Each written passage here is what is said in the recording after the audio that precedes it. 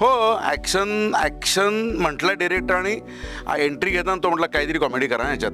तर अरे मला तू सांग ना काय अशी कॉमेडी करा. जेवढं लोणचं जास्त मुरलेलं असतं तेवढं ते चविष्ट होतं. तशी ही मुरलेली मंडळी ज्यावेळेस या सिनेमात पात्र करायला आली ते अजून खूप चविष्ट झालं. किंवा अशा काहीतरी आमच्यातल्या पण डिझायर्स जाग्या होतात दोघींमधल्या. त्याच्यानंतर आमचं आणि आमच्या सासूचं निर्मितीताईंचं नातं बदलत जातं जसं जसं आम्ही त्या दोघांना ऑब्झर्व करतो, शहरातल्या गोष्टींना ऑब्झर्व करतो. बापानं आईच एवढी निर्मितीसारखी आई असल्यानंतर शशांक हा अत्यंत इंट्रोवर्ट आणि शांत राहणारच असू शकतो रे. 5-6 वेळा 7 वेळा 8 वेळा जेव्हा स्क्रिप्ट वाचल्यानंतर हा म्हटलं तसं की ऍक्टर अत्यंत नालायक जमत असते. मी पहिल्यांदा ऍक्टर आहे ना फक्त स्वतःचे डायलॉग वाचतो. कारण का कुठलंही कॅरेक्टर तुमच्याकडे येतं, तुमच्या वरती येतं, तर ते हळूहळू चढतं तुमच्यावरती, पूर्ण तुमच्यावर कब्जा करतं बेसिकली ते. ते त्या क्षणी तेवढं खरं आपल्याला जगता आलं ना की ते एवढा मोमेंट हा तेवढा मोमेंट, तो मोमेंट खरा जगण्याचा प्रवास आहे बघ.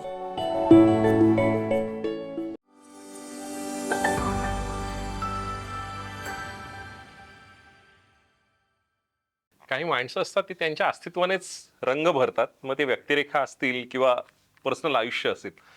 अशी माणसं जी खरीखुरी आहेत, जी मुखवट्यांच्या पलीकडची असणारी माणसं आहेत. आणि अशीच इरसाल नमुने ज्या वेळेला समीर आशा पाटीलला भेटतात त्यावेळेला एक सुपर डुपर घडतो. पण जगणं हे इतकं साधं सरळ सोपं खरंच असतं का, की आडवळणाने जाताना आपल्याला एक नागमोडी वाट जी आहे ती फार सरळ वाटायला लागते. नेमकं सुपर डुपरचा हा प्रवास कसा होता, शशांक शेंडे, ऋषिकेश, प्रतीक्षा यांच्या सोबत या समीर आशा पाटीलचं नेमकं चाललंय तरी काय जाणून घेऊया. Sameer, Yes, sir. ही माणसं फार इरसाल आहेत आणि जितकी साधी सरळ सोपी गुणी आणि प्रतिभावंत हा शब्द हल्ली फार जपून वापरायला लागतो पण खरंच फार जेन्युन माणसं आहेत. त्या सगळ्यांना एकत्र आणणं आणि त्यांच्याकडून कामही करून घेणं त्याचं श्रेय मी खरं तर आपले जे निर्माते विजय शिंदे सर त्यांना देतो. कारण एका दिग्दर्शकाने आपली विशलिस्ट मांडणं आणि निर्मात्याने म्हणणं की ही सगळी तुला मिळतील, तू टेन्शन घेऊ नको, ही खूप मोठी गोष्ट असते. आणि मी त्यांना कलाकारांव्यतिरिक्त पण खूप ओळखतो. आपले सगळे जी धुरंधर मंडळी आहेत, मला असं वाटतं की ती खूप आयुष्य जगून आलेली माणसं आहेत आणि त्यांचा स्वतःचा खूप वेगळा प्रवास आहे. प्रतीक्षा खूप सामान्य शेतकरी कुटुंबातून ते NSD पर्यंत पोहोचली. ऋषी सर, मला कळालं की त्यांचे वडील स्वतः दिग्दर्शक होते आणि त्यांचा आजपर्यंतचा प्रवास, शशांक सरांचा प्रवास, ही माणसं खूप समृद्ध आयुष्य जगून आलेली आहेत आणि इतरांनाही समृद्ध केलं. हो, इतरांनाही समृद्ध केलं आहे. आणि खऱ्या अर्थाने ज्यावेळेस ही स्क्रिप्ट झाली आणि मला ही सगळी पात्रं दिसत होती, त्या पात्रांचा आवाका पण तसाच आहे. म्हणजे ती पात्रं पण खूप आयुष्य जगून आलेली आहे. आणि बऱ्याचदा आपण ज्याला बॅकस्टोरी म्हणतो, ती बॅकस्टोरी उभं करत असताना नटाच्या आयुष्याची बॅकस्टोरी ज्यावेळेस त्याच्यासोबत येते त्यावेळेस काहीतरी वेगळं समीकरण आपल्याला पडद्यावर दिसतं. आणि आपण म्हणतो ना की जेवढं लोणचं जास्त मुरलेलं असतं तेवढं ते चविष्ट होतं. तशी ही मुरलेली मंडळी ज्यावेळेस या सिनेमात पात्र करायला आली ते अजून खूप चविष्ट झालं आहे. यातला प्रवास मला फार इंटरेस्टिंग वाटतो. म्हणजे मगाशी ललित आणि विदुलाशी बोलतानाही लक्षात आलं की एक आपण बरोबर पाहता दोन रंग दिसतात, ते मॉडर्न आणि रुटेडनेस या मधला एक कॉन्फ्लिक्ट दिसतोय. पण त्याच्याही पलीकडे ना एक रूपकात्मकता आहे, त्याला एक शोध आहे. म्हणजे त्यांचं करिअरही ज्या पद्धतीने आणि माणुसकी शोधण्याचा एक असणारा प्रयत्न आहे. हे रूपक काय आहे आणि ह्या माणसांमधली जे असणं, म्हणजे माती आणि नाती ह्या दोन्ही गोष्टींवर आपण बोललोय, पण त्या सगळ्यांच्या पलीकडे जाऊन ह्यातली खासियत म्हणजे शशांक एक वेगळ्या पद्धतीचा, म्हणजे जो तितका रासवट वाटला तरी त्यातला एक अलवारपणा आहे. ऋषिकेश इरसाल वाटला तरी त्याचा अंडरकरंट फार वेगळा आहे. प्रतीक्षा तर निर्मिताईने सांगितलं की ती फारच वेगळी आणि तिची समज वेगळी आहे. त्यामुळे मलाही कुतूहल आहे की ही सगळी ॲज अ दिग्दर्शक म्हणून ही मोड बांधत असताना तुझं काम सोपं झालेलं असतं, पण त्यांचं ब्रीफ देताना नेमकं तू काय देतोस? कारण इतकी हुशार, इतकी जाणीव संपन्न आणि इतकी प्रतिभावंत काम करत असताना नेमकं तुझ्या मनात काय चाललेलं असतं? मला असं वाटतं की कुठल्याही ॲक्टरला ते पात्र समजून सांगत असताना मी दोन गोष्टी नेहमी लक्षात ठेवतो. ती व्यक्ती काय आहे, तिचा साधारण आजपर्यंतचा प्रवास काय राहिला आहे, माणूस म्हणून, कलावंत म्हणून तर आपण विटनेस केलेलंच असतं. आणि माझं जे पात्र आहे त्यातले कुठले असे ट्रिगर पॉईंट्स आहेत जे मी त्यांना सांगितल्यानंतर मला तो ब्रिज साधता येईल. तर ऋषी सरांविषयी मला नेहमी असं वाटतं की ते तसे खूप आउटस्पोकन एक्स्ट्रोवर्ट असले तरी त्यांच्यात धीर गंभीर पण खूप साऱ्या गोष्टी आहेत. आणि त्यांच्या भाषेमधली असलेली आक्रमकता, त्यांच्या देहबोलीत असलेली आक्रमकता, याच्यात मारली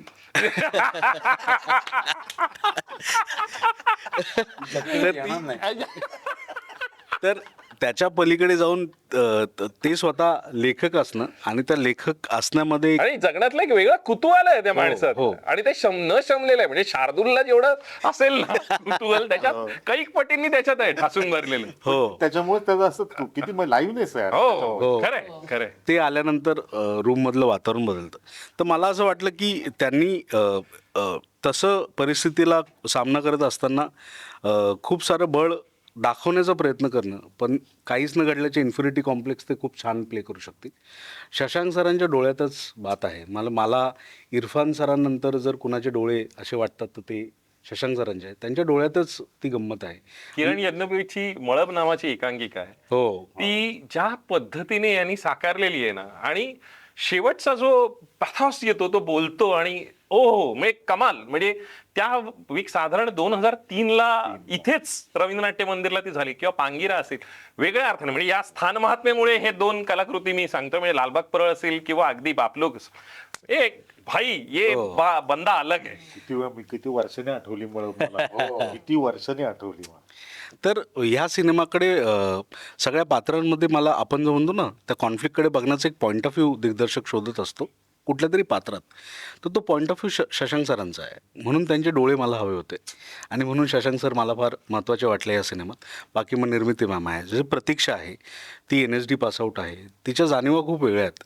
तर त्या जाणीवांमधून मला म्हणजे सोयरीकमध्ये तिने एक छोटंसं पात्र केलं होतं आणि आम्ही सेकंडरी कास्टिंग बघत होतो आणि त्यावेळेस अगण्य नावांचा विषय चालला होता. कारण एवढ्या मातब्बर मंडळींसोबत कुणीतरी अजून मातब्बर त्या कॅरेक्टरसाठी असावं असा आमचा शोध चालू असताना मी सडनली सरांना म्हटलं बाकी कॅरेक्टर सोडा, ही मुलगी कोण आहे. तर त्यांनी मला ओळख केली. म्हटलं हीच आपली छोटी सून. ते म्हणे ठीक आहे आपण ऑडिशन नाही. म्हटलं लॉक.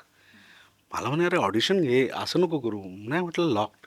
ते सरांचं पण मोठेपण आहे. त्यांनी हो म्हणणं आणि प्रतीक्षाने येऊन तर कमाल केली या सिनेमात. क्या बात आहे. ऋषिकेश, तू काहीतरी मध्ये असं सुप्त असं ज्वालामुखी असा सुप्त होता. ते असं काय झाले तुला मी सांगतो. मी बोलायला लागलो किंवा मी बोललो की ते उफराट आणि नाही गुलजार बोलतो, त्याची कविता होती असं म्हणतात. त्यामुळे तू आणि बोलतोस तेव्हा वाह्यात हसण्याचाच क्षण आहे असं एक जे गृहीत धरलं जातं. ते उफराट पण वगैरे होत नाही. आता मी हे हसलात तुम्ही, पण म्हणजे मी प्रत्येक कामाकडं कसं बघतो की जेव्हा तुम्ही माहितीच नसता तेव्हा एक रिस्क असते डिरेक्टरची, हा करेल की नाही किंवा काय, मग म्हणून ऑडिशन येते किंवा काय सगळ्या गोष्टी येतात. एक एक एक एक कामं करत गेल्यानंतर असं बऱ्याच वेळेला होतं की माझ्या डोक्यातलं जे आहे ते हा करेलच, कारण ह्या पद्धतीचं मी ह्याचं काम पाहिलं आहे असं डिरेक्टरला रेफरन्स पॉईंट असतो ना आधीच्या पात्राचा. बरोबर, प्रिसिडिंग रेफरन्सेस. हां, की हे ह्यानं केलं म्हणजे हे याला येणारच. काही वेळेला असे प्रोजेक्ट येतात. मला डिरेक्टर एकदा असं ॲक्शन ॲक्शन म्हटलं डिरेक्टर आणि एंट्री घेताना तो म्हटला काहीतरी कॉमेडी करा ह्याच्यात. तर अरे मला तू सांग ना काय अशी कॉमेडी करा काहीतरी कॉमेडी. तर आजवर मला काय येते आणि करून झाले तेच करायचं असेल तर त्यात फार इंटरेस्ट राहत नाही. माझ्या सुदैवानं योगायोगानं असं झालं. आणि मग मी या पात्राबद्दल असं म्हणेन की आता तू जसं म्हणालास ना की मी एक्स्ट्रोवर्ट आहे, मला सुचतंच आणि मला हसायला आवडतं आणि मी उत्तम बोलू शकतो, हे सगळं जरी असतं ह्या पात्रामध्ये काय माहिती आहे का, त्याला मनात खूप सगळं आहे आणि अगदी वेळेत तेव्हा त्याला काही सुचतच नाही. त्याला ते बोलताच येत नाही, मांडताच येत नाही. हे जगण्यातला हा कॉन्ट्रास्ट कसा सादर केला? नाही मग का म्हणजे मी की ते तसं सबमिसिव्ह पात्र आहे. टक्के टोणपे खाल्ल्यानंतर ह्याच्या आयुष्यात काही झालंच नाही आहे, कशाचंच यश नाही. म्हणजे नवरा बायको, नम्रता माझी बायको आणि ते एक संसार आहे म्हणून एक 3 मुलं झाली आहेत एवढंच झालंय. अदरवाईज ह्याच्या करिअरमध्ये काही झालेलं नाही आहे, निसर्ग नियमानुसार झालेली आहे ती. तर अनेक व्यवसाय करून झाले, त्याचा एकही त्याला कळलेलं नाही. मग मिडल एज क्रायसिस त्याचा आहे. आणि मला तेव्हा यानं सांगितलं ना की असं खूप काही सगळं आतून आलं आणि प्रत्यक्ष काहीच त्याला व्यक्त करता येत नाही. तर ते मला घुसमट आहे त्या आता बघ ना, मी तसा नाही आहे ना मुळात. ऍब्सोल्युटली, म्हणून तर मी म्हटलं तो असं विनोद. म्हणजे मी जे करू शकलेलो नाही, पण हा हे करू शकतो असं दिग्दर्शकाला वाटणं फार गरजेचं आहे. करिअर ॲक्च्युली तिथं होतं की मला सुदैवानं मिळालेले सिनेमे असे बरेच सिनेमे होते की मी कधीच ते काही केलेलं नाही आहे. अगदी इथं आता ते सांगण्याचं कारण नाही, पण सायकलसाठी बाबा त्याला असं वाटणं प्रकाशला, तर मग खऱ्या अर्थ म्हणजे आपण आपल्याकडं काय पद्धतीनं बघतो आणि समोरचा माणूस आपल्याकडं काय पद्धतीनं बघतो हे समजून घेण्यासाठी बाबा मला मी का करावं असं वाटतंय. मी जनरली असं विचारतो की असं का वाटलं की हे मीच करू शकतो. तर मग तिथे दिग्दर्शकाचं काहीतरी नक्की ठरलं की का हा माणूस आहे, मग त्या डोक्यात काय आहे. आणि स्वाभाविकपणे मी जसा नाही तसं पात्र रंगवण्यासाठी दिग्दर्शकाला विश्वास कशामुळं वाटतो आहे हे समजून घेतले की काम सोपं होतं. मग मला त्याची मजा वाटते की मी बराच वेळ सिनेमात तोबरा भरूनच आहे. काय बोलतोय ते काय हा कळत पण नाही आहे. आणि भांडणाच्या वेळेला त्याची रिॲक्शन आहे की पहिला आता काय शिव्या देणार आहेस तू भरून, पण तरी त्याच्यामध्ये करायचं आहे. मग मला ना याचं हे खूप असं ते आता ह्या सिनेमाचं वैशिष्ट्य काय, त्यांना गोष्ट सगळी ऐकवल्यानंतर 2 महत्त्वाचे रिॲक्शन्स येणार आहेत प्रेक्षकांच्या. एक वर्ग असा आहे, आयला आमच्या घरचीच गोष्ट मांडली हो ह्यांनी, सेम माझं घर असं आहे असं म्हणणार आहे. आणि ज्यांचं असं घर नाही आहे तो म्हणेल की अरे माझा शेजार किंवा ही फॅमिली जी मला माहिती आहे की अशी फॅमिली मी बघितली आहे, ही माणसं मला दिसतात. मग ते कॉम्बिनेशनमध्ये एका घरात आई बाप, मग ते परत बापानं आईच एवढी निर्मितीसारखी आई असल्यानंतर शशांक हा अत्यंत इंट्रोवर्ट आणि शांत राहणारच असू शकतो रे. ती कर्तबगार बाई आहे, ती म्हणजे सगळं म्हणजे आल्या प्रसंगाला ती धडाडानं समोर उभी राहते, धीरोदत्त म्हणून उभी राहते. अशा वेळेस नवरा हा शांतच असतो अशा प्रत्येक घरामध्ये. खरंच आहे. पण ती अशा घरामध्ये मग मुलं आहेत. आता ती ह्यांना झालेली 3 मुलांपैकी उलटापालटा कसाही क्रम असू शकतो. मोठा मुलगा कर्तृत्ववान आहे तेव्हा धाकटा मुलगा वाया गेलेला व्यसनी लफंगा असा असू शकतो. मोठ्या मुलाचं फार काही झालेलं नाही आहे, पण धाकटा मुलगा अशा वेळेला नेमका शिकलेला असणं. मग ती त्या कुटुंबातली सगळी पात्रं जी आहेत ना, त्या प्रत्येक पात्राची रीढची हड्डी, योग्य लिखाण, मग ते दिसायला लागतं सगळं की हां मग आता ह्या साच्यात आपण कुठे आहोत. त्यामुळे ते एका घरात खूप माणसं असली तरी प्रत्येक माणूस वेगवेगळा आहे ना. तर तो ॲक्च्युली एकापेक्षा जास्त पात्र जेव्हा कुठल्याही सिनेमात येतात तेव्हा प्रत्येक माणूस दुसऱ्यापेक्षा वेगळा असेल तर त्या गोष्टीला मजा राहते ना. ते वेगळे पण प्रत्येक पात्राचं उत्कृष्ट लिहिलं होतं त्यानं. आणि बऱ्याच वेळा तुला मी सांगू का, डिरेक्टर नरेट करतो रे सिनेमा, पण ते तसं स्क्रिप्टमध्ये आले का नाही हे वाचायला लागतं ना आधी.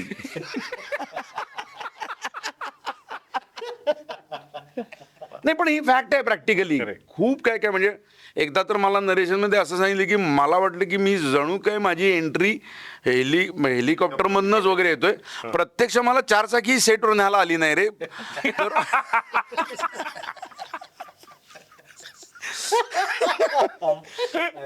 आणि असं बऱ्याच वेळा होतं की नरेशन खूप सॉलिड आहे किंवा असं पात्र वाटतंय, पण ते तसं वाटलेलं लिखाणात आहे का, म्हणजे त्याच्या डोक्यात आहे तसं ते आहे का, म्हणजे मला ते करता येणार आहे. आणि ओव्हरऑल म्हणजे बाकीचं काय गोष्ट काय सांगते. आणि सगळी संहिता वाचल्यानंतर आणि त्याच्यावर मी काम केलेलं असल्यामुळे समीरबरोबर ह्याच्या आधीच्या सिनेमात पण त्यानं मस्त पात्र कॅरेक्टर इमॅजिन केलं होतं. मी जो काय एक वाघमारे जो मी होतो एक फॉरेस्ट ऑफिसर, ज्याच्या लग्नाच्या दिवशीच त्याला हनीमूनच्या दिवशी त्याला जंगलात जायचं आहे रे, हनीमून बोंबललंय असं पात्र ते रे. हो, मग दिग्दर्शकाला असं विश्वास वाटणं की हे वेगळं आहे, हा नट करू शकतो. मग त्याचं मला कुतूहल असतं खूप. आणि शक्यतो आता परत कुतूहला आणि जिज्ञासा हे 100% असतं, जे नॉर्मली काय म्हणतो कॅरेक्टर ग्राफच्या पलीकडेही असतं. आता गंमत सांगतो, आता हे पोस्टर दिसतं ना, हा शर्ट ही विजार, आता माझं करिअर शर्ट विजार पायजम्यात आहे रे सगळं. मी एक सिनेमा केवळ एवढ्यासाठी हो म्हणालो की चिटर नावाचा सिनेमा, की तो बाबी साटम जो आहे तो 300 कोटीचा मालक आहे, तो श्रीमंत माणूस आहे आणि तो मर्सिडीज मधनं उतरतो असा आहे. तर मला असं बघायचं ह्याला वाटलं रे माझ्याकडे बघून, मी 300 कोटीचा मालक असणं, मी श्रीमंत असू शकतो असं दिग्दर्शकाला माझ्याकडे बघून वाटलं. तर मला वागता येतं का तसं? एकदा बघू तरी एकदा. त्यासाठी सरांना स्टेट अवॉर्ड आहे ना. हो. तर आता हे कपडे बघितल्यानंतर 100% पोस्टर गर्लचं लुक वाटतो हा. मग मला काय होतं की पोस्टर गर्लचा लुक तसा वाटतो की शर्ट पायजमा कॉस्ट्युम तसा आहे, पण नाही नाही नाही नाही नाही नाही, तो मामा वेगळा आणि हे पात्र जे वेगळं आहे ना ते त्याच्यापेक्षा हे किती वेगळं आहे ते सगळं लिखाणात त्याने इमॅजिन केले पात्र, ते लिखाणात पण तसं आहे. आणि मग नाही, त्याला अंडरकरंट्स वेगळे आहेत ना. सगळे आहेत. बरं, अव्यक्त असणं आणि बऱ्याच वेळेला काय होतं माहिती आहे का, वाचल्यानंतर माझी वाक्य किती आहेत काय वगैरे ह्याच्यावर बऱ्याच वेळेला जातात ना लोक. बरेच असे सीन्स आहेत की काही मी बोलत पण नाही आहे किंवा आरडले ते एखाद दुसरंच वाक्य आहे, पण सीनमध्ये मी तिथं आहे. तर अशी माणसं असतात ना घरात खरं आहे ना. की सगळं काय काय घडतं पण एकाला नाही येत बोलता. तर मग मला असं होतं की तो ओढत आहे, पण त्याची ती मजा मला घेता यायला पाहिजे. हे सबमिसिव्ह दुसऱ्याच पायरीवर उभा असलेला माणूस आहे, काही गरज नाही प्रत्येक वेळेला पहिल्या पायरीवर उभा आहे. नाही, आणि मिठाचं अस्तित्व काही वेगळ्या अर्थाने अधोरेखित नाही करावं लागत ना. हां, ते पात्र तेवढंच आहे, तर तेवढं आपल्याला नेमून दिलेलं तेवढं ते एन्जॉय करता यायला पाहिजे. मग मी फक्त ह्याला वेगळं वाटलं, मी मजा घेतो, मला आनंद वाटावा म्हणून काम करतो मी. शशांक, खऱ्या अर्थानं बाप ऍक्टर असं जरा दुहेरी अवतरण असेल तर ते तुझ्यासाठी लागू पडेल. इतके बाप साकारल्यानंतर ह्यातली छटा वेगळी असावी, कसं काय म्हणजे? आणि त्यातलं त्यांचा बाप आहे. अरे आमचा बाप आणि आम्ही. माझ्या ऍक्टर म्हणून पडणारा खरंच प्रश्न आहे हा, की मगाशी पण बोलताना म्हटलं की वयाच्या एका टप्प्यावर आल्यानंतर तुम्हाला बापाच्याच कामं मिळणार आहेत, तुझ्याकडे दुसरी कामं येणारच नाही. त्याच्यात वेगळेपणा कसं दाखवायचा आहे आपण? तर आमचा एक कोर्टातला सिक्वेन्स आहे त्या याच्यामधला, आणि अपयशी ठरलेला मुलगा आणि त्याचं तर त्यात आता मगाशी बोललो तेच बोलतो परत, की त्याला ज्याचं आयुष्यात त्याचं कधीच झालेलं नाही ते त्याला करावं लागलं, जे माझ्या आयुष्यात कायम घडलेलं आहे. किती प्रत्येक पायरीवरती प्रत्येक पायरीवरती अयशस्वी. काही हा धंदा प्रिंटिंग करून बघितला, तो मातीत घातला. त्याच्यानंतर अजून काय गॅरेज काढून बघितलं, ते खड्ड्यात गेलं, हे झालं, ते गेलं. पण या सगळ्या याच्यामध्ये माझे वडील फार खंबीर होते. हा गेलंय का, हा चल ठीक आहे, गेलंय काय. 5-6 वेळा 7 वेळा 8 वेळा जेव्हा स्क्रिप्ट वाचल्यानंतर हा म्हटलं तसं की ऍक्टर अत्यंत नालायक जमत असते. मी पहिल्यांदा ऍक्टर आहे ना फक्त स्वतःचे डायलॉग वाचतो. आईला एवढेच आहेत का, मग मी असं का म्हटलंय, मग तो आता अलीकडचे जे डायलॉग म्हणून मग तो अलीकडचे जे डायलॉग वाचतो. आणि मग मी ह्याच्यावर काय बोलले, मग तिसरं खरं रिडिंग 5व्या रिडिंग नंतर चालू होतं. ऍक्टर म्हणून जेव्हा तुम्ही काम करता 4थ्या-5व्या रिडिंग नंतर चालू होतं खरं रिडिंग. आणि ते 5व्या-6व्या रिडिंग नंतर चालू झाल्यानंतर माझ्या लक्षात आलं की यार नाही, ह्या पोराचं आणि याचं जे रिलेशन आहे ना, हे आपलं माझ्या वडिलांचं माझं जे रिलेशन होतं ना त्या पद्धतीचं ते रिलेशन आहे. आणि त्याच्यातनं तो सापडला. मी म्हटलं त्यातनं काहीतरी, बरं तुला अख्खं कॅरेक्टर घ्यावं लागत नाही हो, तुम्हाला त्यातले एक थ्रेड असतो ना तो बास होतो, आणि तो थ्रेड मला त्या सीन मधनं मिळाला. कारण ना मी मळपचं उदाहरण यासाठी देतो, एकांकिका म्हणजे खूप आठवतं वगैरे, हा त्यातला आत्मस्तुतीचा दोष नाही, पण त्या एकांकिकेतला तू बाप आहेस ही गोष्ट ना अगदी शेवटी लक्षात येते. बरोबर आहे. त्या सगळ्याचा क्रक्स तिकडे आहे. आणि तिथपासून म्हणजे रिंगण असेल, मनोमिलन, सगळ्या त्यातली असणारी जी गंमत आहे, इतका वेगवेगळ्या छटांमध्ये तू दिसत राहतोस, आणि तरीही शशांक शेंडे हा त्याच्यातून असा वेगळा काढता येतो. आणि तो ज्या वेळेला त्या परकाया प्रवेश वगैरे असं सगळं जर काय म्हणतो आपण, ती झूलवाली वाक्य म्हटली तरी तू त्यावेळेला जिथे त्या ह्याच्यात शिरतोस त्यावेळेला ह्याच्यापेक्षा वेगळं कोणी करूच शकलं नसतं. मग लालबाग परळ असेल, रिंगण असेल, बापलोक असेल, हे बघतानाही तर नेमकं जिव्हारी लागणं, त्यातलं एक अंडरकरंट इतका स्ट्रॉंग असतो. म्हणजे त्याला विनोदाची झालर असेल पण त्याला असणारी एक तुझं असं स्वत्व घेऊन तू येतोस. तर ते वर्किंग काय असतं, किंवा तुझ्या डोळ्यातच जी गंमत आहे असं तू म्हणाला की ते बोलणं आहे, म्हणजे तसं बघायला गेलं तर ते मोठे असणं, बटबटीत असणं आणि त्याचा स्ट्रेंथ म्हणून वापर करणं, ऍज अ ऍक्टर म्हणून तू स्वतःला त्या त्रयस्थपणे पाहत असताना काय वाटतं आणि तू करत असताना म्हणजे सायमल्टेनियसली दोन दृष्टींमध्ये बघत असताना स्वतःला सापडणं, ही काय गंमत आहे? मला मग एक सीन लिहिल्यानंतर मग लेखक म्हणून हा एक सीन लिहितो किंवा कोणी रायटर म्हणून सीन लिहित असतो, त्यावेळेला ऍक्टरनी करायच्या गोष्टी, मग मी परत हा म्हटला मगाशी म्हणून इरफानचं पण उदाहरण त्या याच्यातला होता तो, की ऍक्टरनी करायच्या गोष्टी, की हा सिक्वेन्स आहे, असं असं आहे, किंवा काय अगदी दोन उदाहरणं सांगतो. मी काय पद्धतीने वर्किंग करायचा प्रयत्न करतो. मदारी नावाचा एक चित्रपट आहे, ऍब्सोल्युटली. इरफान सरांचा, निशीची फिल्म होती.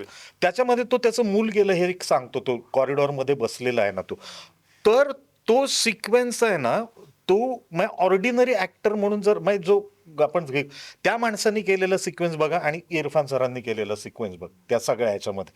किंवा दुसरा सिक्वेन्स आहे ह्याच्यामधला पानसिंग तोमार मधला, जो त्याच्या चुलत्याला गोळी मारतो तो म्हणतो मैंने क्या बिघाडा था तुम्हारा. तर हे जे सिक्वेन्स आहे ना, हे जे सुचणे ना, हे कुठनं येतं ना, हे शोधायचा मी प्रयत्न करतो. किंवा तिसरी फिल्म आहे, विशालजींचीच फिल्म होती, नाही ब्ल्यू अम्ब्रेला. बऱ्याच लोकांनी पाहिलेली नाही ती फिल्म, त्या पंकज कपूरची फिल्म होती. तर त्यांनी काय ते असोसिएशन शोधलं, छत्री बरोबरचं त्याचं असोसिएशन काय होतं, तर ते लहान पोरासारखं असोसिएशन होतं. ती असोसिएशन मला शोधावे लागतात त्याच्यामध्ये, की एक प्रसंग घडलेला आहे, एक काय समजा आता ह्याच्यातला मळपचंच परत, की ते मूल गेलेलं आहे, हे आहे ते साठलेलं आहे इतके दिवसाचं. तर ते जे साठले पण आहे ना, ते कुठंपर्यंत, मग ते अगोदरपासून मला लोड करावा लागतो तो, की तो, आणि त्या या सगळ्याच्या मध्ये त्या पद्धतीची कौशल्य घेऊन ते दिग्दर्शकही येतच असतात. मग एक नॉर्मल सिक्वेन्स आहे, की काय नाही, कुठे गेला होतास, नाही काय नाही, बाहेर गेलो होतो, चहा प्यायला गेलो होतो. तर ते चहा प्यायला गेलो होतो आणि त्याचं मला कल्मिनेशन किंवा जे आहे ना, ते त्या सीनमध्ये करायचं आहे मला. इथून पुढच्या 6व्या सीन पर्यंत करायचं मला त्याच. तर त्याचं सीडिंग मी आत्ता करायला सुरुवात करतो त्या ह्याच्यामध्ये. पण ह्याच्यातलं सगळ्यात डिफिकल्ट पोर्शन हा असतो, की तो जो सिक्वेन्स आहे तो पहिल्या दिवशी झालेला आणि आत्ताचा जो सिक्वेन्स आहे तो मला 18व्या दिवशी करायचा आहे. तर ते कल्मिनेशन तिथे करायचं असेल तर मला त्या पद्धतीने तो ग्राफ मेंटेन करावा लागतो त्या सगळ्याच्या. मग तो चहाचा सीन आहे, चहा प्यायचा सिक्वेन्स आहे ना, तर तिथे तो हळूहळू हे करायला पण चहा नॉर्मलच आहे ना, हातात बशी घेतली चहा प्यायला, ह्याच्यामध्ये काय करता येऊ शकतात गोष्टी. तर त्यावेळेला जे येते ते खरं करायचा प्रयत्न कर. मग दुबेजींनी ज्यावेळेला मला त्यावेळेला मग दुबेजींचा परत विषय निघतो त्या ह्याच्यामध्ये, की मग ऐकणं किंवा त्यावेळेला तिथे राहा हे सांगणं फार सोपं आहे. कसं राहा हे नाही कोणी सांगत मला, की नाही असं राहायच्यात नाही राहतायत. मग याच्यामध्ये काय होतं, तर मी या आत्ताच्या ह्या फिल्ममध्ये सुद्धा मगाचपासून हे मी ऐकायचा प्रयत्न केला. ही फिल्म ही माझ्यासाठी ऐकायचा एक्झरसाइज आहे आणि ते खरंच ऐकतो आहे मी. निर्मितीताई बोलतायत, ऋषिकेश बोलतोय, किंवा ही सगळी लोक जी बोलतायत ना, ते फक्त ऐकतो आहे मी. आणि ते जे ऐकणं आहे, ज्या काय पद्धतीने ते यांनी टिपलं आहे, ते आणि त्याला पाहिजे होतं त्या गोष्टी त्यांनी तिथे वापरल्या. त्याला अटेम्प्ट केला नाही ऐकायचा कुठल्याही पद्धतीचा, की मी आता ऐकून दाखवतो. मला तू बोलत असताना एक हे आठवलं, कुमारजींचं एक वाक्य होतं, की सूर दिसायला लागतात ना तसा राग प्रवाही होत राहतो. तर मला असं तू जे बोलतोयस ते तसं वाटतं, किंवा अनिल विश्वास म्हणाले की तलत महमूद कडून तुम्ही गाणं गाऊन कसं घेतलं, त्यांचा एक कॉन्फिडन्स गेलेला त्यावेळेला. सॉरी अवांतर होतं हे. तर त्या सगळ्या गोष्टींमध्ये अनिल विश्वासांचं मुलाखत करत असताना ते त्यांनी सांगितलेलं हे, ते म्हणाले की त्यांचा आवाजाला कंप होता, तो मोरपंखी आवाज आहे हे त्यांना सांगणं किंवा त्यातली मखमल आहे हे सांगणं, ह्याच्यामध्ये खूप वेळ गेला, की त्यांना त्या सगळ्या गोष्टी, आणि तू हेच गा, कारण ते त्यांच्या एका रेकॉर्डिंगला आले आणि वेगळं गायला लागले. असं गा, तुझा जो मूळ आहे ना तो गा. आणि ते गायला त्यांच्यातून ते म्हणाले की एक गोष्ट आहे, की तुला ना कुठपर्यंत तो सूर घेऊन जायचंय हे एकदा लक्षात आलं ना, की मग तुझा प्रवास खूप सोपा होईल. तर ते तिथपर्यंत पोहोचणं, आणि ते विविक्षित स्थळ आहे, ते काय इथे जा, ये तुम्हारी मंजिल आहे असं तुला काय झेंडा रोवलेला आणि दिसत नाही. म्हणजे मला तेच वाटलं ना, की काय करायचं आहे, कुठपर्यंत जायचं हे माहिती आहे, तिथे गेल्यानंतर काय होणार आहे तुम्हाला माहित नसतं, हे नक्कीच आहे. मग कुठलंही इमोशनल सिक्वेन्स असू दे किंवा कुठलेही सीन जे घडवण, मग अगदी आपल्या याच्यामधलं सुद्धा मी परत कोर्टाच्या बाहेरच्या सिक्वेन्स आहे, कारण आय वॉज थ्रिल्ड. तो ऋषा ज्या पद्धतीने रिॲक्ट करत होता ना, मला काहीच करायचं नव्हतं. तो जे तेव्हा मी सुद्धा ते करताना असे सीन्स आधी ठरत नाही रे. मी फक्त डिरेक्टरच्या ऍक्शनची वाट बघतो. माझा प्रयत्न असा असतो की तिथं गेल्यानंतर ते पात्र म्हणून, माणूस म्हणून त्याला जे व्हायला हवंय ते होऊ देण्यापर्यंत नेणे. तिथं घडलं पाहिजे. ते आधी माहीत नसतं काय होणार आहे. मग ते नॅचरली येतं की मला काय होतं त्या क्षणाला तिथे होतंय. आणि त्यातलं आणि प्रवाही मग खूप आश्चर्य त्यालाही ते पात्राला वाटणं की ते तो गिव्ह अँड टेक तो खरा सुरू होतो. तो तुम्ही ठरवलं ना तर अशा सीनची प्रॅक्टिस नाही होऊ शकत. नाही, आणि हे जितकं ते सिम्प्लिफाय करून सांगताय तेवढं ते सिम्पल नाही आहे. नाहीये. जसं एक सिक्वेन्स आहे फिल्ममध्ये, मी तो सीन नाही सांगणार, पण बाप म्हणून त्यांनी मुलाला मिठी मारली आहे काहीतरी घडल्यानंतर, आणि ललितच्या पात्राला त्यांना नजरेने थँक्यू म्हणायचं. तर आता याच्यामध्ये एक हातबल बाप जो मुलासाठी तसं काही आजपर्यंत करू शकला नाही, एक मुलगा जो त्याच्या मिठीत आहे, इनवे मुलाचं वैफल्य हे बापाचं वैफल्यच असतं, ते वैफल्य. पण ही घटना जी घडली ती आनंददायी आहे, आणि ती ज्याच्यामुळे घडली आहे त्याला मला थँक्यू म्हणायचं आहे. याच्यासाठी फक्त एक चार्जिंग शॉट सरांच्या क्लोजवर आहे, आणि तो शॉट झाल्यानंतर मी आणि आपले जे DOP आहे संजय जाधव सर, आम्ही दोघेही रडलो होतो एका शॉटने, आणि that was the only take. त्याच्यानं आम्ही टेक पण नाही केला. या 3-4 भावना एकत्र काही सेकंदात आणून तुमच्यात उतरवून त्या व्यक्त होणं, याच्यासाठी प्रचंड वेगळ्या ताकदीचे नट लागतात. ती समज लागते. ती समज लागते, ते आयुष्य जगलेलं लागतं. आणि मला नेहमी असं वाटतं की महाग कार का असते, कारण तिचं मशीन जे आहे ते स्मूथ असतं. ते जेवढं स्मूथ असतं तेवढं ते कॉम्प्लिकेटेड असतं. तर ही नटमंडळी एवढी मोठी याच्यामुळे, कारण ते खूप कॉम्प्लिकेटेड काहीतरी गोष्टी खूप सिम्पल स्मूथली सांगतात. हे आम्ही असं केलं, अरे पण किती आवड आहे ते सोपं नाही आहे, अजिबात सोपं नाही असं अजिबात. त्यातल्या व्यामिश्रतेतील सुलभता ही उलगडून सांगण्या इतपत त्यांचं मोठेपण आहे. ही त्यातली गंमत आहे, आणि ते हो. आपल्याशी आपल्या पातळीवर येऊन बोलतायत, ही गंमत ती आहे. गंमत. प्रतीक्षा मगाशी निर्मिताईशी बोलताना ती इतकं कौतुक करत होती. म्हणजे ती म्हणाली की सगळ्या परमिटेशन कॉम्बिनेशनच्या पलीकडे हिला काही सांगावं आणि काहीतरी ती असं करेल असं म्हणेपर्यंत तिच्याकडून ते उमटलेलं असायचं.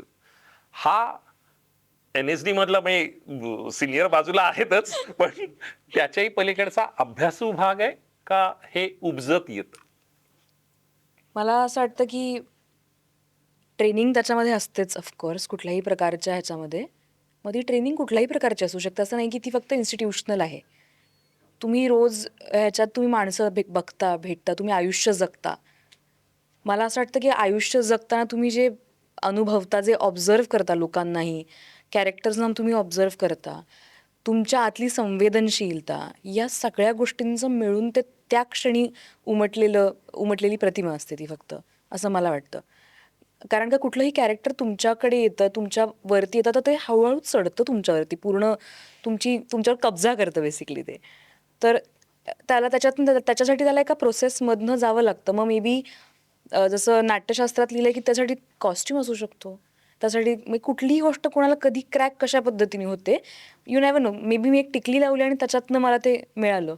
मे बी माझे केस मला तसे दिसले आणि त्याच्यातलं मला मिळालं. सो त्यासाठी एक मोमेंट इनफ होते की तुम्हाला त्या पर्टिक्युलर कॅरेक्टरचं ट्रुथ मिळावं. आणि ते काम करत असताना कुठल्या क्षणी मिळेल ह्याची पण ती प्रोसेसच आहे असं मला वाटतं. क्या बात आहे. ती प्रोसेस आहे, ती प्रक्रिया आहे, आणि ही तो प्रवास तिथपर्यंतचा ही गंमत आहे. ह्या सगळ्यामधला जो दरवाजा आहे ना, तो मला फार इंटरेस्टिंग वाटतो. कारण ती नात्यामधली, ती त्या शोधामधली असणारी एक इनव्हिजिबल वॉल वाटते. ती अदृश्य भिंत आहे, जरी ते दृश्य पातळीवर असलं तरी. तर नेमकं नातं, त्यातल्या असणाऱ्या अदृश्य भिंती, म्हणजे आज आपण व्हॉट्सअपच्या कप्प्याकप्प्यांमध्ये वेगळ्या आहोत, जगण्यात, पर्सनलमध्ये आणि मनात काय चाललंय ह्या सगळ्या गोष्टींमध्ये. ह्या सगळ्याकडे तुम्ही कशा अर्थाने पाहता, आणि त्याबद्दल मला प्रत्येकाने तुम्ही मत नोंदवावं असं मला वाटतं. दरवाजा. येस. आणि नातातली अदृश्य भिंत.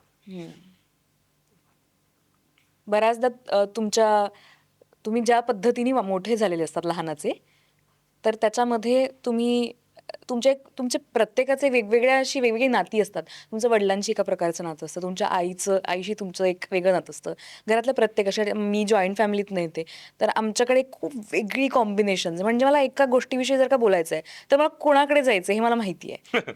ती माझी जागा ठरलेली आहे, माझी प्रत्येक गोष्टीची जागा ठरलेली आहे, मजेची जागा ठरलेली आहे, भांडणाची जागा ठरलेली आहे. तर त्या प्रत्येक नात्याची आपापली ती स्पेशालिटी आहे. पण इतर गोष्टी डिस्कस करण्यासाठी ती एक अदृश्यता, ती भिंत ती आहे. तर तो दरवाजा कधी कधी उघडावा लागतो, फक्त तुम्हाला माहीत नाही पलीकडे काय आहे. तो it's just a knock away. तर तुम्ही तो फक्त ठोठावला दरवाजा आणि उघडला तर तुम्हाला माहीत नाही. आपण म्हणतो युजली की आपले वडील किंवा खूप एका स्ट्रिक्ट असं वडिलांचं एक रूप असतं की स्ट्रिक्ट आणि असे शांत आणि असं कॉम्बिनेशन असतं. आई असते ती अतिशय मृदू आणि असं. आमच्याकडे घरात तर माझं पूर्ण उलटं कॉम्बिनेशन आहे. आमचं एक पूर्णच उलटं कॉम्बिनेशन आहे. कारण का ते दरवाजे त्यांनी स्वतःच आपापसातच जबाबदाऱ्याच बेसिकली ते वाटून घेतल्यात त्या पद्धतीने की ते दरवाजे दोघांकरता सेमच उघडतात मला. सो इथे पण असंच आहे की इथे फिल्ममध्ये प्रोसेसमध्ये त्या जे काही त्यांच्यासोबत घडत चालतं त्याच्यातनं आपापसातली नात्यांची जी एक हे आहे ती बदलत चालते. ते वेगवेगळे दरवाजे उघडत चालतात. जसं आमच्या जावा आहोत, आमच्यामध्ये पण गोष्टी वेगळ्या वेगळ्या घडत जातात. जेव्हा आम्ही एकदम मॉडर्नाइज्ड असं कोणातरी बघतो किंवा अशा काहीतरी आमच्यातल्या पण डिझायर्स जाग्या होतात दोघींमधल्या. त्याच्यानंतर आमचं आणि आमच्या सासूचं निर्मितीताईंचं नातं बदलत जातं. जसं जसं आम्ही त्या दोघांना ऑब्झर्व करतो, शहरातल्या गोष्टींना ऑब्झर्व करतो, त्यांचा आमच्याकडचा अप्रोच बदलत जातो. तर हा बदल हा जो आहे तो दरवाजा तो आहे मला असं वाटतं. गमतीची गोष्ट म्हणजे आता दरवाजा नावाचा सिनेमाच येतोय ज्याच्यात मी काम केलं, विकास बहल त्यातल्या हिंदी दोन सिनेमा. रन काढले. दरवाजा म्हटलं विकास बहल सिनेमा आहे, मजेशीर पात्र वा आहे. वा. तू दरवाजा म्हणतोस ना, तर ऍक्च्युली दरवाजा ही वस्तू आहे ना, ही मनाची कवड. नाही नुसता दरवाजा असं चित्रात दाखवता येईल किंवा दरवाजा आणून ठेवलाय. दरवाजा उभा असतो ना, चौकट असल्याशिवाय दरवाजा असू शकत नाही. चौकट लागते वा. दरवाजाला, चौकट असल्याशिवाय. आणि ते जे दोन व्यक्तींमधलं जे आदान प्रदान आहे भावनिक, त्याला एक त्या नात्याची एक विशिष्ट चौकट असते, ती अदृश्यच असते कायम. मी या व्यक्तीबरोबर अशा एका विशिष्ट चौकटीत हे मी समजा बोललोय तर या व्यक्तीशी मी बोलेनच असं काय हे अधेरुत. नाही. ते त्याबरोबर त्या चौकटीच्या इकडून तिकडून ते ठरतं. ते डायनामिक्स ऑफ द रिलेशनशिप वर हा आहे बऱ्यापैकी ते. ठर. आणि बऱ्याच वेळेला असं असतं की आपल्याला किती काही जरी वाटलं तरी आपण सगळ्याच्या सगळं नसतो कधी. कुठला नवरा बायकोशी, बायको नवऱ्याशी किंवा मुलगा बापाशी, मुलगा आईशी, आई मुलाशी नाही होत. प्रत्येकाची एक चौकट ठरली आहे, ती अदृश्य भिंत असते. म्हणजे हे कधी म्हणजे अनेक वेगवेगळ्या मैत्रीच्या आणि ह्याच्यामधले एका मित्राची मैत्री माझी केवळ या एका कारणासाठी टिकून आहे की दोघांचा सलग एकत्र प्रवासामध्ये 30-35 वर्षामध्ये अत्यंत कुशल सगळ्या वेळांच्या वेळेला सगळेच साक्षीदार असूनही मी एकदाही कसलाही प्रश्न विचारला नाही. आणि त्याला कॉन्ट्रोवर्शियल नव्हे, म्हणजे मी विचारणार नाही आणि आत्ता मला काही प्लीज विचारू नकोस हे मलाही समजते, मी विचारला नाही. अलिखित आहे. आणि ह्या गोष्टीसाठी मैत्री टिकणं की इतर लोक सगळे विचारतच आहेत. काही वेळेला असं असू शकतं की त्या व्यक्तीला कोणी विचारावं अशी अपेक्षा असेल की ह्या परिस्थितीत मला समजून घे असं वाटू शकतं. आता हे काय, हे तो कधी बोलला नाही आणि मी कधी बोललो नाही आहे, पण आम्हाला दोघांनाही माहिती आहे की आयुष्यातल्या अशा अनेक वेळा आहेत की काही आपण एकमेकाला काही विचारत नाही आहोत. खरंय. ही अदृश्य गोष्ट आहे ना ही. जेवढं म्हणून ती अदृश्य भिंत तुम्ही प्रत्यक्षात ते सुधीर मोघ्यांच्या ज्या 2 ओळीत ना, शब्दा वाचून कळले सारे शब्दांच्या पलीकडले, म्हणजे शब्दांना नसते दुःख, शब्दांना सुखही नसते, जे वाहतात जे ओझे ते तुमचे माझे असते. तो आहे तो मानाचा दरवाजा. ती चौकट असते ती. आणि तुम्हाला ते ठरवावं लागतं, मी या उमऱ्याच्या इकडं राहायचं, मी उमऱ्यावर पाय ठेवायचा आहे, पलीकडे जायचं आहे का नाही, ते अलाव करते का स्पेस. प्रत्येक घरात असतं, प्रत्येक माणसांचे असतं, 2 भावांमध्ये असतं. मग ह्याच्यामध्ये माझं कुशलचं पात्र असं आहे की दिसतंय किंवा माझ्यापेक्षा थोडासा यशस्वी आहे पण तो माझा धाकटा भाऊ पण आहे. आणि ते असं काय ते पात्र हे घ्या तुमचं कॅरेक्टरायझेशन हे लिहिलेलं असं नाही होत. नाही, ते लिहिता पण येणार नाही त्याला. नाही, असं नाही ना लिहिता येत, असं काय ते. आणि दिग्दर्शक किती सांगेल, ते काय रांगोळी आहे का? हा, आणि सांगू पण नाही शकत ते बरोबर. ते त्याला काय म्हणायचंय ते एकदा कळलं कुठल्या तरी एका विशिष्टाला नटाने जेव्हा कळतं मग कोण आहे. आणि असं पण बऱ्याच वेळेला होतं की माझ्याबरोबर समजा दुसरा नट त्या भावाच्या जागी असा कदाचित त्याचा रंग वेगळा असता. मी आणि शशांक बाप आणि मुलाचं आयुष्यात कधी झालेलं नाही आहे, पण ह्याच्या ठिकाणी तो बाप वेगळा नट असता तर कदाचित वेगळं घडलं असतं. शशा आहे म्हणून हे असं झालंय. किंवा त्याच्या लेगी मी मुलगा असणं ते खूप व्यक्तिनिरपेक्ष आहे, व्यक्तिसापेक्ष आहे, व्यक्तिनिहाय आहे ते. आणि ते त्या क्षणी तेवढं खरं आपल्याला जगता आलं ना की ते एवढा मोमेंट हां तो मोमेंट खरा जगण्याचा प्रवास आहे बघतो. ते जे मगाशी तू दुबेजींचं म्हणालास ना तेच आहे तेच आहे. तिथेच. ट्रुथफुलनेस. सर मला नेहमी असं वाटतं की आपल्याला भिंती ओलांडता येत नाही म्हणून दरवाजे असतात. आणि दरवाजा नेहमी तुम्हाला तो ॲक्सेस प्रोव्हाइड करतो की तुम्ही केव्हाही ती भिंत ओलांडू शकता. नातेही जगत असताना आपण खूप सारे दरवाजे असतात खरं तर, आपल्याला ते नेहमी भिंती वाटत असतात. तर ज्यावेळेस त्या भावनांना वाट फुटते, तो दरवाजा मोकळा होतो, तर त्या नात्याची सुंदरता अजून खुलत जाते. तर त्याच्यामुळे हा दरवाजा तसा सिम्बॉलिक आहे खूप, या सिनेमाला पण आणि आयुष्याच्या इतर नात्यांसाठी पण. कारण आपल्याकडे भिंत चालवण्याची परंपरा आहे ना, त्यामुळे त्या सगळ्याला वेगळ्या अर्थाने तू कवाड करून देणे आणि महाद्वार व्हावं यासाठी शुभेच्छा. Thank you. येस. मला माझ्या लहानपणातल्या गोष्टी परत ते थोडं हे नॉस्टॅल्जिक सर, त्यावेळेचे जे दरवाजे होते ना किंवा त्यावेळेच्या ज्या गोष्टी होत्या ना त्या सिंगल साइडेड होत्या, एका बाजूने उघडलं जायचं. आता ह्याच्यात जर दरवाजा बघितला ना तर हा दोन्ही साईडने उघडल्या जाण्याची शक्यता आहे. हा कुठल्याही बाजूनी उघडला जाऊ शकतो दरवाजा. आणि मला असं वाटतं की हे या फिल्मचं यश आहे. क्या बात आहे. आणि असंही म्हणू शकतोस इकडनं उघडायचं पण त्यांना उघडू द्यायचा नाहीये, हा असंही आहे, काही असू शकतं ते. काही मी म्हटलं दोन्ही बाजूनी तो येऊ शकतो तो दरवाजा. थँक्यू.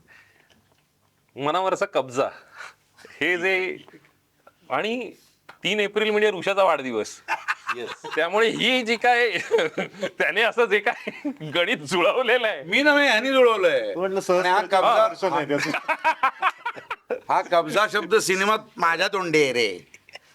इतर ह्यानं कॅप्शन मध्ये वापरलाय कब्जा, असं मी एकटा बोलतो.